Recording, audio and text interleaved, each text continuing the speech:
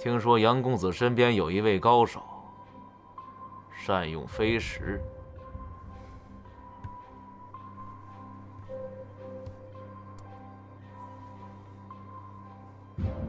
是他，不过我没法指使他。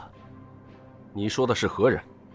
此人名叫徐福，以前是个游侠，替人报仇被捕，在狱中受尽折磨。家父念他忠义，便将他救出。从此徐福隐姓埋名，只听家父的调遣。董承之乱时，杀死5名许都尉干员的也是他了。没错，彼时我在董承身边卧底，有些事情不得不做，满府君见谅。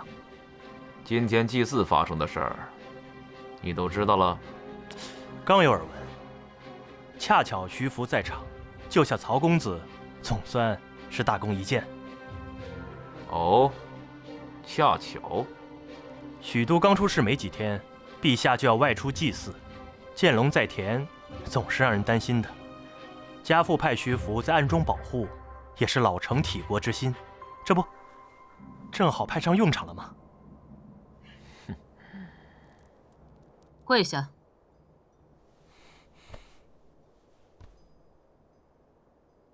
若有一言不实，我便可以立刻杀了你，明白吗？奴婢明白。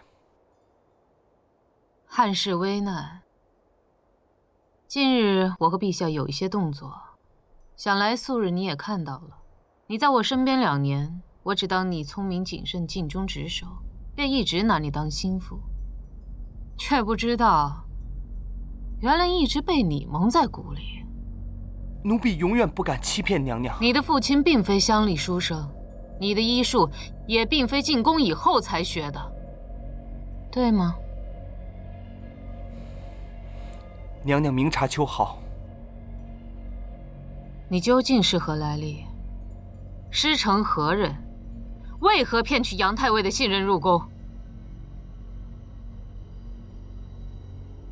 奴婢师父名号华佗，进宫之前，一直为家师所养。神医华佗？是。奴婢所说的五禽戏，也正是家师所创。只是在5年前，同门师兄触怒师父，师父将我们师兄弟一起施以宫刑，逐出师门。后来，奴婢投效在中常侍王弼手下，曾为杨太尉诊治过病情。杨太尉十分欣赏奴婢，将奴婢送进宫中，服侍娘娘。你在江湖中也算见过世面，怎么就肯屈身宫殿中为奴为婢？若有人给你高官厚禄，你愿意吗？奴婢虽然一介废人，但也习得医术，早已看透人世间的生死造化。生死尚无妨，富贵何所望？娘娘大可不必担心奴婢被旁人所收买。那你做宦官是求什么？我不信，是为了糊口。陛下，司空夫人便是求见。宣司空夫人。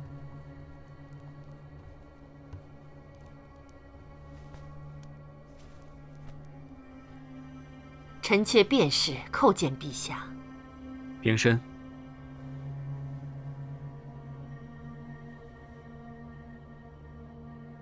妾代犬子，代曹司空，叩谢陛下相救之恩。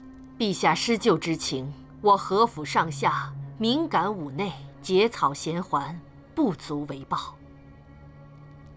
这也是举手之劳。夫人，请起吧。臣妾要弹劾一个人。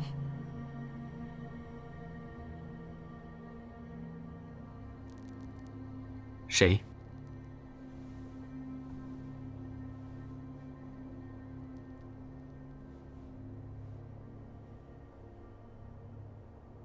许都县令满宠。嫂嫂，你这是？皮儿几乎死去，你们几个却在这里为了一颗石子纠缠不清。我想问问满府君，许都尉号称防守周密，无所不知，几乎调动了所有的力量保护现场，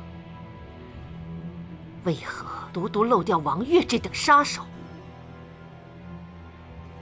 王悦又为何能那么快找到皮儿的位置？皮儿遇刺，四周皆惊。陛下手忍鲜血，躬亲救治。为何你满宠毫无惊诧之意，反而那么快找到旁人投出的石子？满宠，你可否有个解释给我？未得查明奸凶，致公子遇险，皆臣之过也。前几日，你带张绣防守司空府，皮儿骂了你们，我还责罚他为你辩护。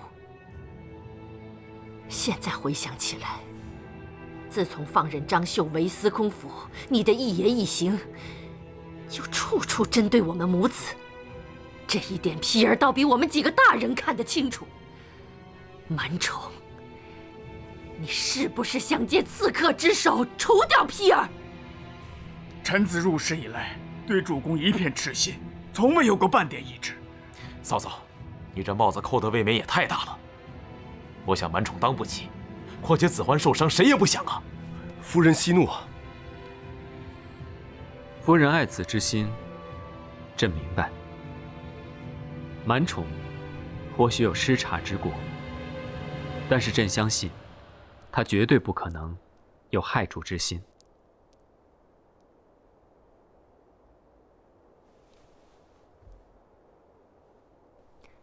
那就请陛下治他失察之罪。国法军法，纵容刺客，应当如何处置？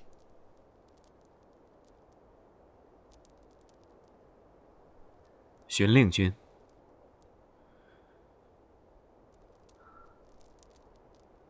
曹将军，先暂停满宠许都令之职，待我上禀曹司空之后，再做处置。不知陛下与夫人可否满意啊？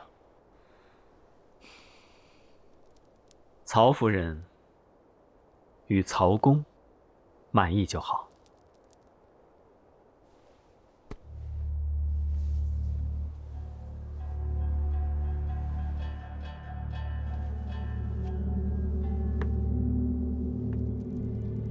满宠，叩谢陛下，叩谢夫人。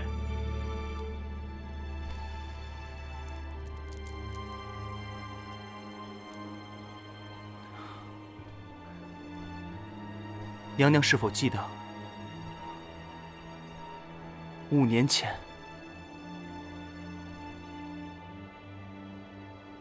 娘娘尚未入宫时，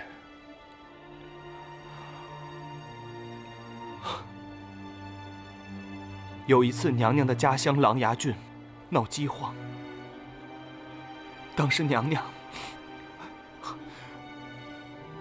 拿出家门粮食救助百姓。彼时，奴婢方受师父责罚，万念俱灰，一心求死。韦顿树下，状如乞丐。是娘娘您亲自将2块饼放入奴婢怀中。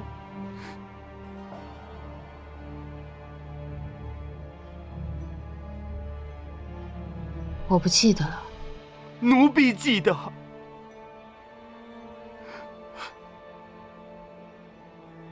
这几年过得像一辈子，很多以前的事我都不记得了。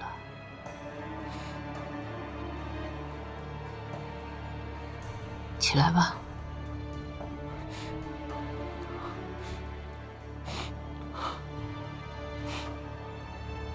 那时的娘娘，倒与现在的陛下有几分相似。我才不像他一样做事不计后果。今日显露了武功医术，纵然有你遮掩，我看那满宠也并不相信。家师曾写过一本书，名叫《青囊书》。书中说道：“人以瞬时最朴。”意思是说，人在受到惊吓时的瞬时反应，最能体现真心。那是陛下抱娘娘离开，想必是没有时间思考显露武功的利弊，仅仅是不希望娘娘受到伤害。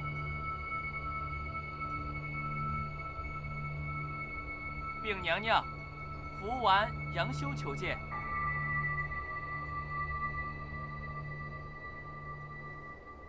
你先歇2天吧。你的攻击大哥知道，不会把你怎么样的。确实是属下无能，二公子受伤，难辞急救。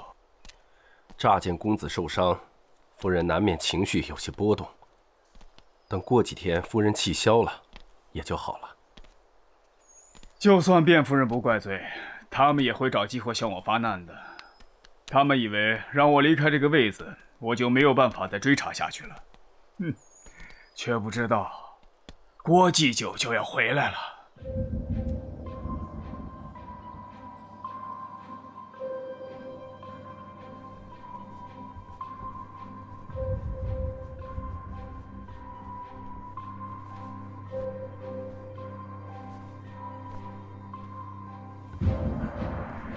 臣叩见皇后娘娘千岁。国丈请起，杨公子请起。谢娘娘。柳时光，出去候着。是。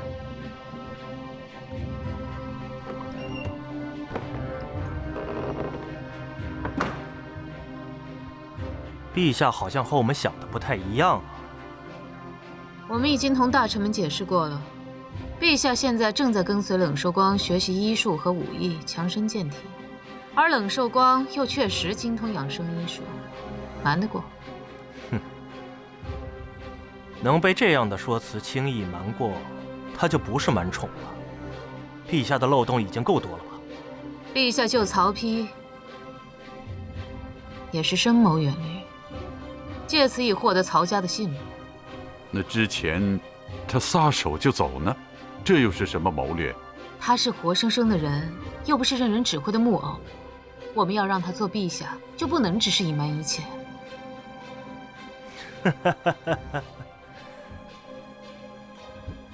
娘娘好像很赞同陛下呀。先帝的计策奏效了吗？但究竟是谁中了谁的美人计啊？放肆！哼，在这种性命攸关的时候，娘娘就别跟臣计较什么尊卑了。他一旦失控，最先威胁到的就是你。娘娘这么敏感，是还没和陛下做夫妻吧？唉，还是先帝了解男人啊，知道怎么样才能让他们听话。娘娘做的是惊天伟地之事，又何必拘泥于世俗礼法呢？我是名门大儒之女，也是汉室的皇后，她也是有礼义廉耻之人，如何教导她，我自有办法。倒是你啊，杨公子，杨公子既然扶她上帝位，那她就是你的陛下，也请你恪守臣道。你自己现在才是最大的漏洞，不要逼我用非常手段来惩治愚曲的臣子。那娘娘就慢慢教导吧。娘娘就没有想过可以对我谈礼义廉耻，一旦消息败露，全天下会怎么看和小叔子同床共枕的娘娘？所以娘娘就不用跟臣争辩当下是谁最危险了吧？臣告退。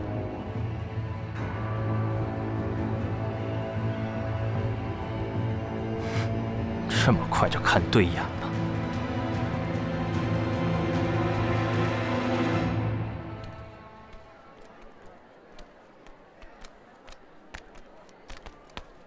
满府君，你真要走？只是暂时卸任而已。你有事情还是可以向我禀报，属于我的职责，我不会逃避的。杀孙仪的不是王悦，我仔细检查了孙仪的伤口，医官或许看不出来，但我们习武之人对剑伤十分熟悉。孙仪的同一个伤口中了2箭，而致死的那一箭，执剑人的武功并不高。如果唐英是那个女刺客，那么这一剑就不会是拜她所赐。现场活着的人只有司马懿和唐英。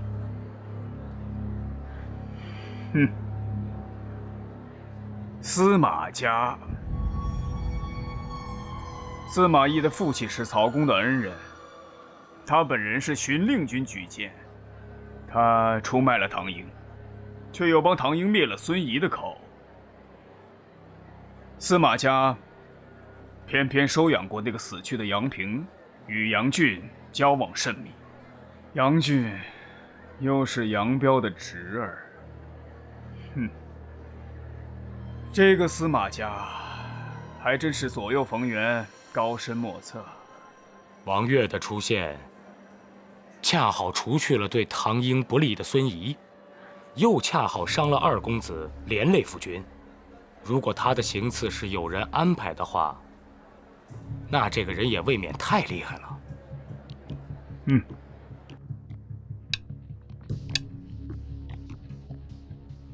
修儿，修儿。哦，父亲来了。哦，徐福是你派去的？是。你又是从何处得到的消息？自然是河北。我得知王悦南下，便知道他是来做什么的。要杀人，还有比今日更好的时机吗？那你为何不告知陛下？让他大闹一场，不是更好吗？不行，现在是非常时期，不能这样弄险，更不应该再和袁绍那边有什么联系了。父亲，司空府的目光已经被董承的叛乱吸引走了。哎呀，满宠也被卞夫人罢免了。司空府因曹丕的受伤一片混乱，再没有精力去监视陛下。眼下的汉室，前所未有的安全。父亲，我这一招棋下得不妙吗？可是那个人很快就要回来了。国家啊？那又如何？曹操前线战局艰难，袁绍大军随时可能打过黄河。曹操身边的人各怀异志，投靠袁绍的大有人在。如此纷乱危急之局，我不信他郭嘉敢久留许都。且看他还能走几招。修儿，你记住这样一句话，这句话荀彧曾经说过，陈宫也曾说过，就是几天前贾诩也对我这么说过。这句话就是郭嘉从不犯错。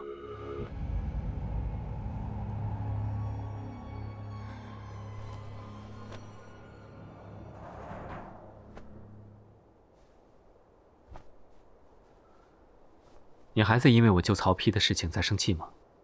还以为你救我暴露了武功，你就从没想过如何自救，也没想过会连累身边的人吗？那么短的一瞬间，我根本什么都来不及去思考。天性使然，我不能眼睁睁看着一个孩子就这么死去而放任不管，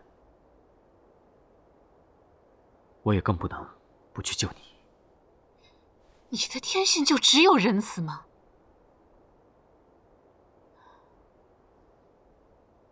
若你再想只靠仁慈活着，那就不必留下了。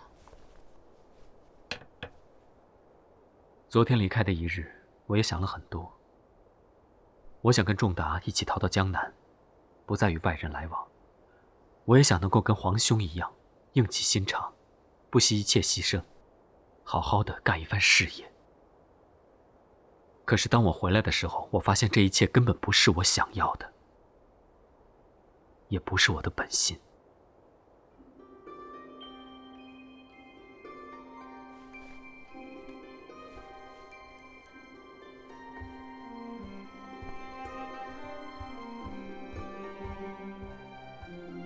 那你的本心里究竟想做什么？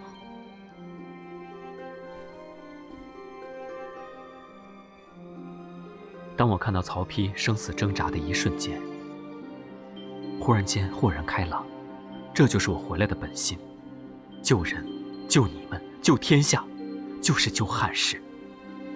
我是一个软弱的人，我没有办法像皇兄一样冷酷无情。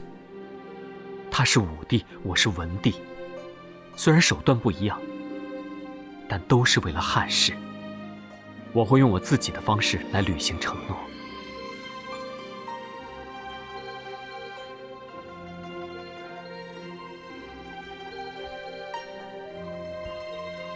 世上从无如此两全之事，很快陛下就会明白，仁德的代价有多大。有的时候，本心也是一种自私。你就当我是自私，但是我知道，我不会牺牲你的。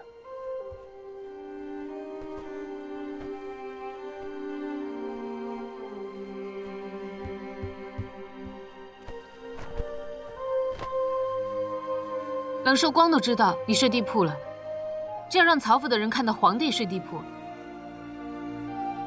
不是要传成笑话吗？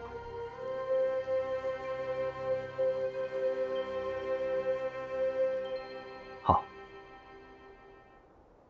那我就睡上去。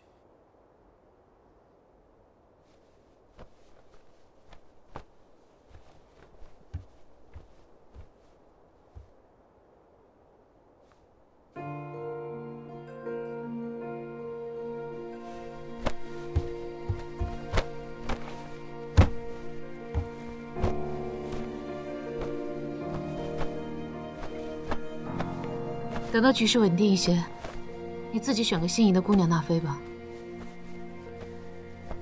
我不需要，但是不能是曹操的女儿。我对曹家小姐绝对没有非分之念。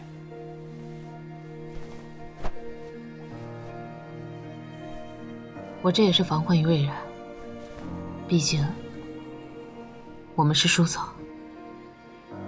你受委屈，让人看出来太过危险。况且，汉室需要皇子来稳定人心。你喜欢什么样的姑娘？想好了告诉我，我帮你选。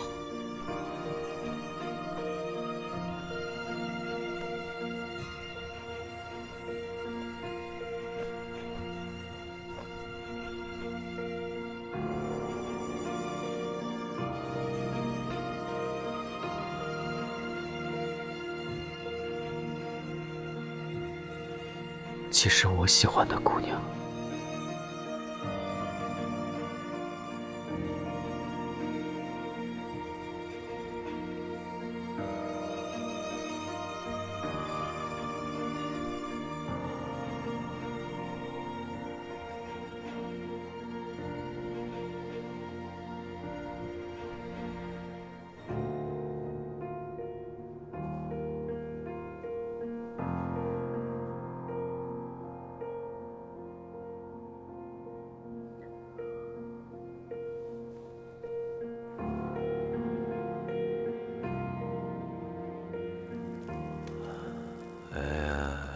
真是老了，外面明明是春天了，可我还离不开这火炉啊！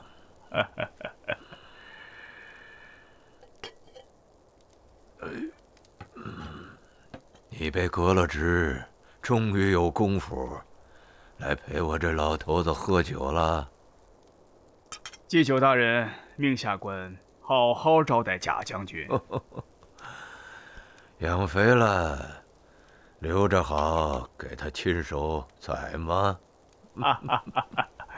将军说笑了，国祭酒最敬佩的就是贾将军。哎呦，国家也有敬佩之人呐。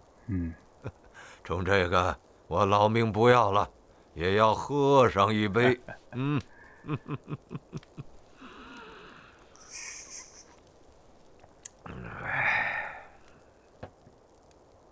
贾将军先后侍奉董卓、李傕、郭汜、张绣，于虎狼丛中独善其身，这些都是当世最狡诈、最凶恶之人。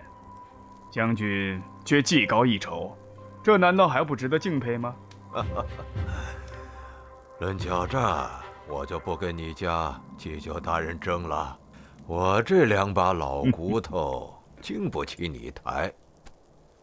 你是国家带出来的，骨子里跟国家一样，眼高于顶。说吧，你有什么事情要求我呀？将军与陛下熟识吗？啊，谈不上熟识。我和董卓进长安的时候，陛下才12岁，还是个亲王。宫里宦官作乱，他和兄长一起逃到了农家。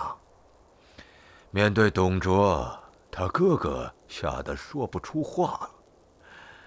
可我们的小陛下却命董卓以礼相见，那神态和语气比成年人还冷静坚定。就连董卓都不得不承认，他比他哥哥强。那您这次再见到陛下，觉得他变了吗？你日日和他在一起，他有什么变化，你看不出来吗？自从官渡之战开始，陛下的变化越来越大。这场战争关系天下，更关系陛下。我在想，他的这种变化，会不会与河北的袁绍有关？你怀疑天子暗通袁绍？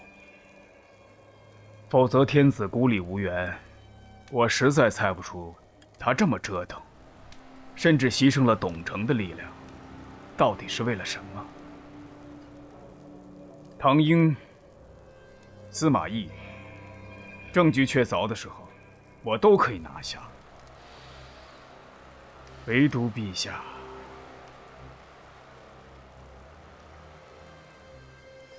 所以，请贾将军帮我试探试探他。他面对你的时候最冲动，也许最容易暴露出他的本意。想动王妃，还想动皇帝，你的胆子不小啊！贾将军一生行事惊天地害鬼神，却反过来问下官的胆子。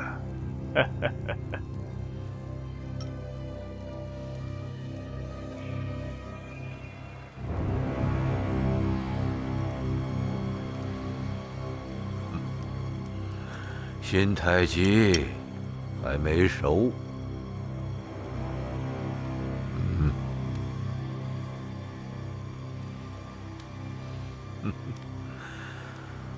我老了，那个时候不过是几个诸侯小打小闹，如今许都是天子和大臣的博弈。哎呀，这风浪可比我们那一代大多喽。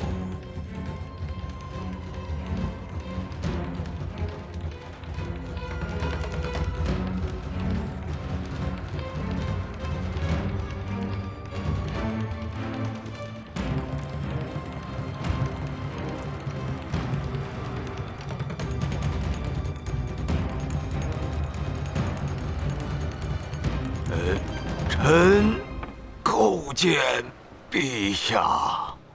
贾将军，一早朝见，有何要事啊？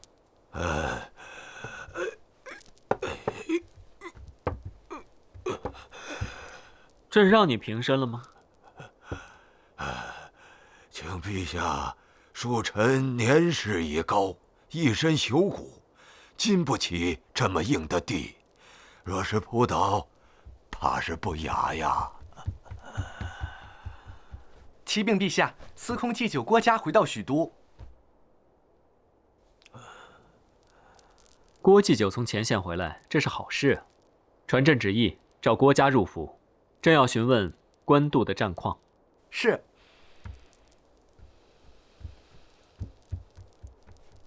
贾将军，你有什么事啊？臣原本也是来禀报这件事儿的，现在既然陛下已然知晓，那臣就没事了。臣请告退，陛下保重。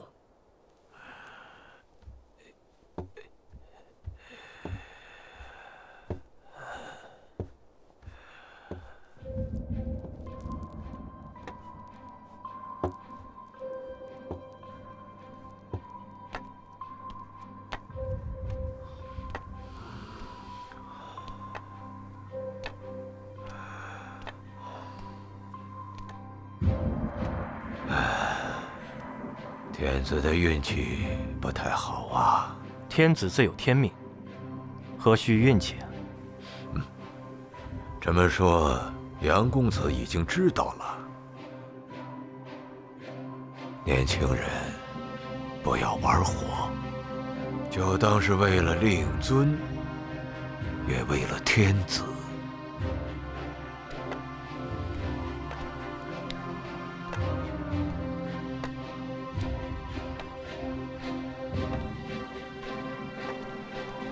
给点钱吧，给点钱吧，大爷。给点钱吧，大爷。大爷，给点钱吧。好久没吃饭了，就给一点。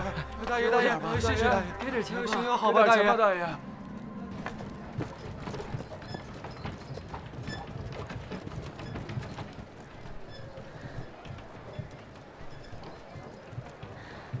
许都到底有什么值得你跑一趟？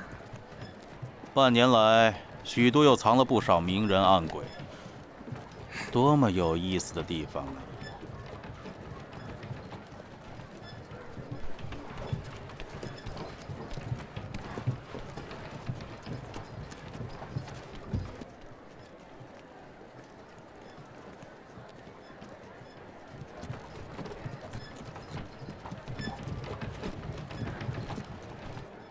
满夫君，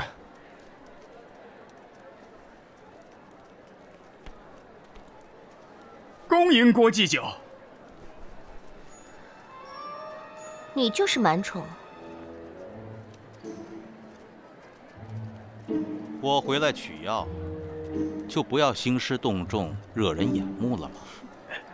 属下明白，所以属下没有带人，自己来迎接。不知祭酒的身体。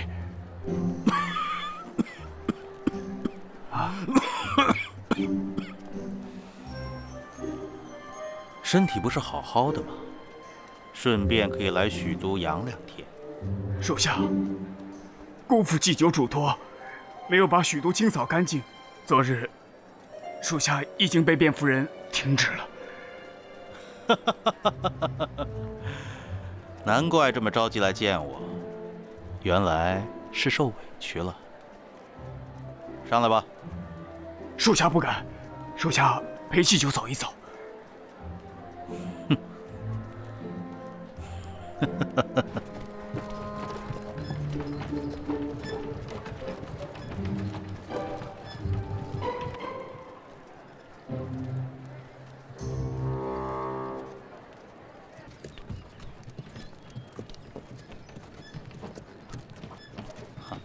卞夫人那边好办，我去解决。你对杨修的看法呢？此人聪明狡诈，绝不可信。但也正是因为他，才一举覆灭了董承的叛乱，所以此人暂时尚可一用。打翻区区一个董承，就是好事吗？属下也曾经怀疑过，杨修会不会是天子的人？但如果是这样，他们牺牲了董承，牺牲了董妃，牺牲这么多的兵力，如此庞大的布局，只为在我们身边塞进来一个杨修，未免太得不偿失了吧？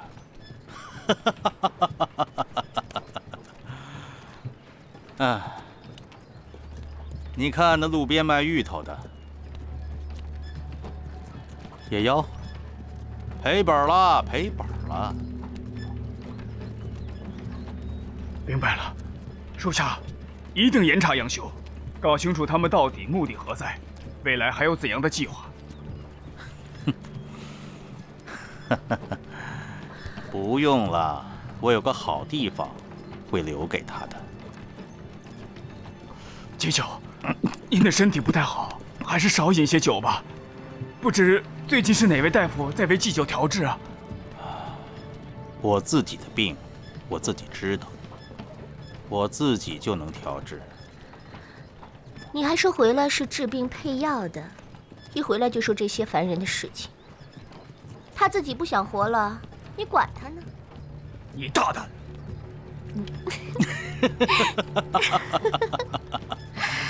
啊，我捡了你，就是希望能死在你的怀里。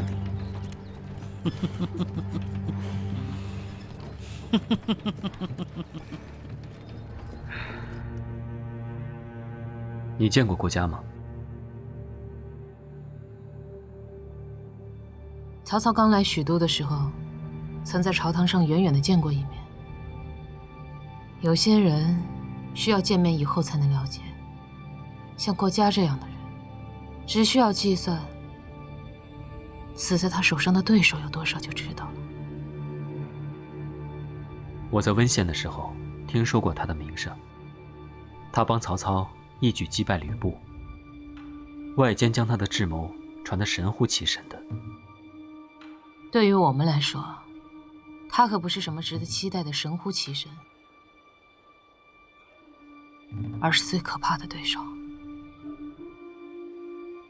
可是曹操眼下到了战事最艰难的时候，却让郭嘉回了许都，你不觉得很奇怪吗？一定是因为董承的叛乱，他才回来的。既然是曹操最倚重的人，他肯定不会在许都停留很久，那我们就先暂时不要有任何行动，小心行事，等他离开就可以了吧？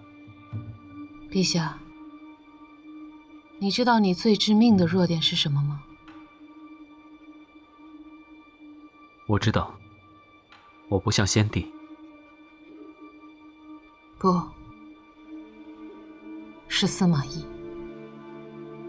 你说陛下变了，除了杨修，陛下身边有没有多了什么人，或者少了什么人？除了张宇，人倒是没少，只不过温县司马家的二公子司马懿突然来到许都。司马懿，哼，杨俊死了的儿子，从小就寄养在司马家。正是。说起这个司马懿，倒是十分可疑。昨日属下到他府中探望，言语之中试探他是否断定那位死者就是杨平。哦，那他如何回答？他毫不迟疑，断然指认那具尸体就是杨平。这天底下急不可耐盼着自己兄弟死的，还真不少啊。祭酒的意思是，恭迎郭祭酒归来。祭酒，卞夫人正在生属家的气，我就不进去了。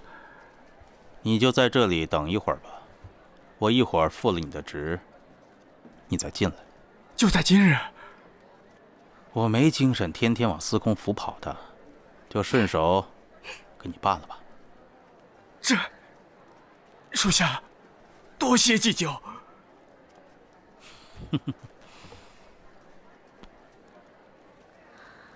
这就是司空府啊，也不过如此嘛。我以为曹司空已经用了帝王之礼呢。你就别再故意惹他了，他不禁逗的。啊，我们走吧。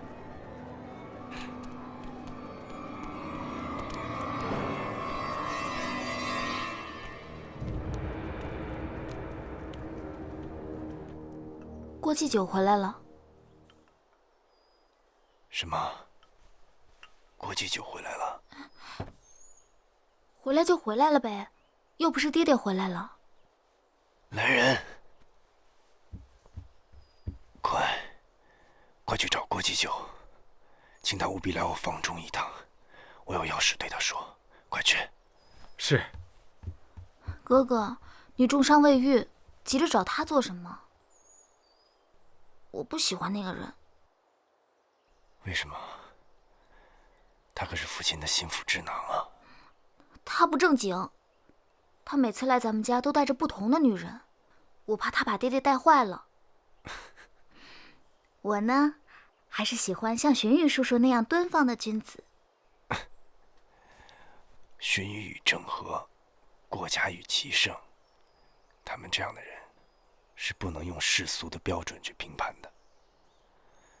许都眼下的乱象，正需要一味猛药。我猜，这就是父亲派回郭家的原因。那你为什么一定要找他？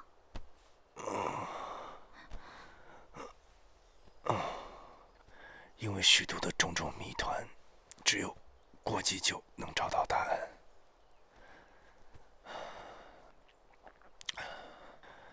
太好了。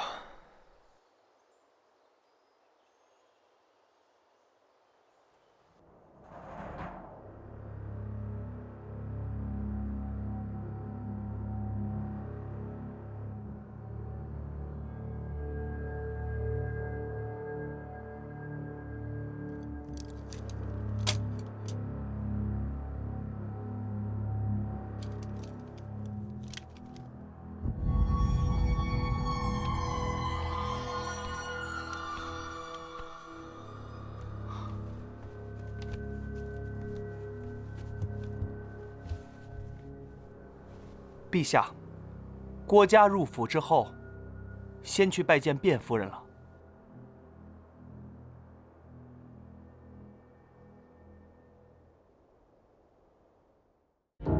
煮酒的火还尚温，多情空余恨。夜华的灯还撩人，长梦与幽魂。欲盖弥彰，他乡月光，荒凉某个眼眶。现实彷徨，阵阵风凉，沉沦了多少个心双。少年志志，预留今世，乱世。